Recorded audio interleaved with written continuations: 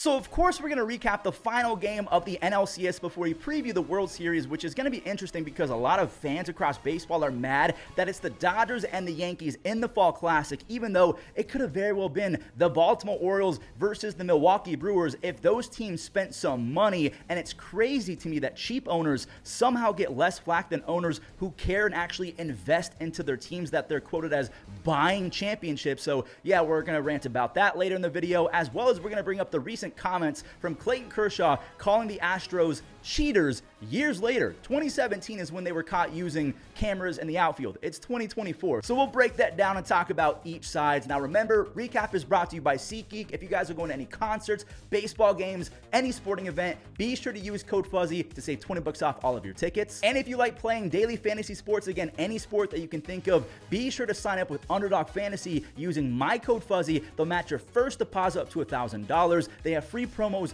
every single day if you use code Fuzzy, including today. If you're a football fan, they'll give you a free Kyler Murray pick'em courtesy of code Fuzzy. Do not miss out on that. Here we go. The Dodgers are one win away from meeting up with the Bronx Bombers in the Fall Classic, and they did not have the hottest of starts. Pete Alonso, that is an RBI infield, a single from the heavens, but the greatest trade in Dodgers history is the gift that keeps on giving. Also, by the way, if you can't tell, I'm being hyperbolic and I'm being satirical. Tommy Edman, he's been insane. Not the greatest trade ever, but he drove in a pair of RBIs twice in the first 3 innings of their final NLCS game. He won NLCS MVP. The first 2 RBIs came on a 2-run double off of Sean Manaea, of all guys. He's been shredding all year, and 2 more on a 2-run tater in the 3rd inning. He had 11 RBIs in this single postseason series. That ties Corey Seager. Let me repeat that last thing that you heard. Corey frickin' Seager, a 2-time World Series MVP for the most RBIs in a single series by a Dodger. Manaea, his really fun season comes to an end. Will Smith, he's trying to find an extended hot streak, but hey, baby steps, and he's looking better and better as the days age, despite the fact that the batting average isn't very good. Mark Vientos, he knows a thing or two about hot streaks. That's his 5th home run of the postseason,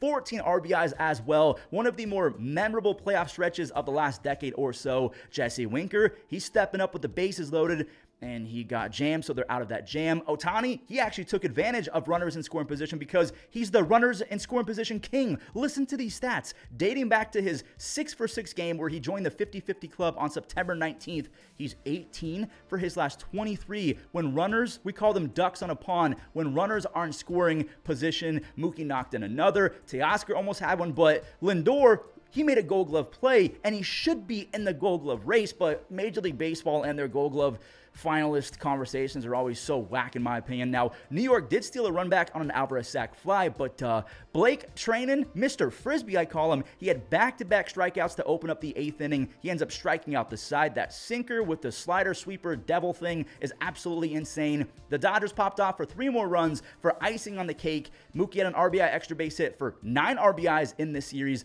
Both Hernandez's had an RBI tail on the sac fly, Enrique with an RBI single. The Dodgers, they scored 46 runs. That is the most in NLCS history, despite the fact that they only played 6 games. They also outscored the Mets by 20 runs, so we know they're celebrating. They're moving on to the Fall Classic. Tommy Edman is your NLCS MVP with 11 RBIs. Now, the Mets, let's talk about them real quick before we talk about the Dodgers or the Yankees buying wins, because the Mets also had a pretty sizable payroll in 2024. I think they were $300 and something million. It was insane. And going into 2025, that could get lower because they have a ton of free agents that could come off the books. Pete Alonso, Luis Severino, Jose Quintana, Jesse Winker, JD Martinez. Sean Manaea does have a $14.5 million player option, so I'm going to include him because he was so good this year and for a long time as well that he probably earned a multi-year contract, so he's going to opt out, probably get $15 to $16 million a year for the next 3 or 4 years. So to me, I'm including Sean Manaea in the free agent list. And let me know in the comments if you're a Mets fan or a baseball fan. Do you believe that Daddy Steve Cohen, is he going to break the piggy bank all over again and spend a bunch of money and try and get back to the NLCS? Now that he's gotten a taste of the deep playoffs, I feel like he won't settle for anything else. Maybe it's Juan Soto, maybe it's Max Fried and a couple other guys. I don't know what it's going to be, but Steve Cohen, as always, he's probably going to be spending a lot of money. And just like that, the two best teams in baseball, the Dodgers and the Yankees, will be facing off in the 2024 World Series. Let me know in the comments down below real quick, who do you think is the favorite? Who will be winning the World Series in your opinion? Now, a lot of baseball fans are saying that this is good for the pocketbooks of Robert Manfred and the owners of Major League Baseball, but this is bad for the casual baseball fan because the Yankees and the Dodgers buy their wins, which does not make sense to me. I feel like that is such a tired take, and it's a narrative that has been used over and over and over. And to me, it's propaganda spread by cheap owners in Major League Baseball. For example, you guys know I'm a Guardians fanboy. Larry Dolan owns the Guardians. Net worth kind of fluctuates depending on which website that you're on, but the average that I've seen is that Larry Dolan is a top 5 wealthiest and richest owner in all of Major League Baseball. So the 5th wealthiest owner in baseball has spent $54 million in free agency since 2020. 2020, 2021, 2022, 2022. That's 5 seasons. He spent on average $10 million in free agency over the last 5 seasons. So $54 million since 2020. The Royals owner, who's about 4 times poorer, I'm going to use that word lightly, but the Cleveland owner is about 4 times wealthier than the Royals owner. That didn't stop the Royals owner from dwarfing what the Guardians have spent. The Royals owner spent $110 million last offseason. So twice the amount that the Guardians have spent over the last 5 off seasons. So bad owners will always badly own. That is the point that I'm trying to make. The Yankees and the Dodgers spend a lot of money because their owners actually want to win baseball games and championships. The Guardians owner is completely okay with, we had a surprise season, we shocked the world and we made it to the DS or the CS and we're cool with that. We're a young, scrappy team. And then they get blessed by a free #1 draft pick in the lottery. Jose Ramirez takes a hometown discount and it just enables that guy to not spend money. The Orioles, yes, the owner of the Orioles has done a great job to build a development system. So he is a businessman who's putting the right people in place to not have to spend as much money to compete. But imagine if the Guardians or the Rays or the Orioles actually had owners that invested their own money and profits on top of their farm system. We know that the Rays, Guardians, and Orioles are always in the running for some of the best farm systems, but they always get bounced early in the playoffs because the fact that they're not spending money on firepower. And again, not every team is going to have a one-of-one player in Jose Ramirez who takes pretty much a hometown discount on a lifetime contract, not even a 1-year extension or a 3 or 4-year extension, a lifetime extension. And just a few more things that really bothers me. The owner of the Pirates, Bob Nutting, he is a billionaire. Don't let his propaganda and Robert Manfred saying baseball can sometimes not be a profitable experience. Bob Nutting is a billionaire. And Paul Skeens he's going to win Rookie of the Year, right? Pirates fans are already mentally preparing for the day that he gets shipped to the Bronx and he'll be in pinstripes with that little mustache for the next decade. Bob Nutting continually cries poor, and then he'll cut Rowdy Tellez 4 plate appearances away from a measly $200,000 bonus. I know that's a lot to us, but an incentive-based stat that you just cut the guy to save 200 grand as a billionaire, that's nothing. It's fugazi. It's fugazi. It doesn't exist for a guy that rich. But you cut the guy, and your own fans are mentally preparing to be heartbroken half a decade from now when Paul Skeens inevitably gets flipped to the Dodgers or the Yankees or some other rich team because your rich owner refuses to invest the money that he's given on day 1 opening day. If you guys did not know, I'm ranting, by the way, I'm sorry, but the cheap owners get bailed out every single time, it seems like. And the one time that we hold them accountable and say, hey, you're not allowed to manipulate service time, they're given draft picks. So they're incentivized to actually call up their prospects. It seems like there's no incentive to spend money right now because there's no salary floor. The owners have each other's backs and they're sharing money. So even if the Pirates don't spend money, they're going to be making a ton because they're lining their pockets with TV revenue and they're not spending money on free agents. It's sickening. I get it. The Pirates gave Brian Reynolds an extension, but you guys know exactly what I'm talking about. The Marlins, they're in a state where there's no state income tax. You know how attractive that is for free agents? Yet the owner doesn't take advantage of that. And that brings up one other quick point. So yes, I'm not ignorant to the fact that the Marlins' local TV money is not the same as the Dodgers' TV money. I'm not trying to compare those two, but certain owners have certain advantages. Some owners, like the Guardians, are infinitely more wealthy than other owners. I'm not trying to tell people what to do with their money, but I feel like when you own something that lucrative with that many people invested in terms of a fan base and a city and a market, you should want to invest. Like, Peter Seidler of the Padres is a dream owner, in my opinion. That guy would have spent every last dime, it seems like, to see his team win a World Series, where other teams like the Rays, Guardians, Orioles, they're perfectly fine spinning their wheels, and they'll just continually be bounced in the first or second round of the playoffs in an effort to line their pockets with free TV money, compensation picks because they don't extend their superstars,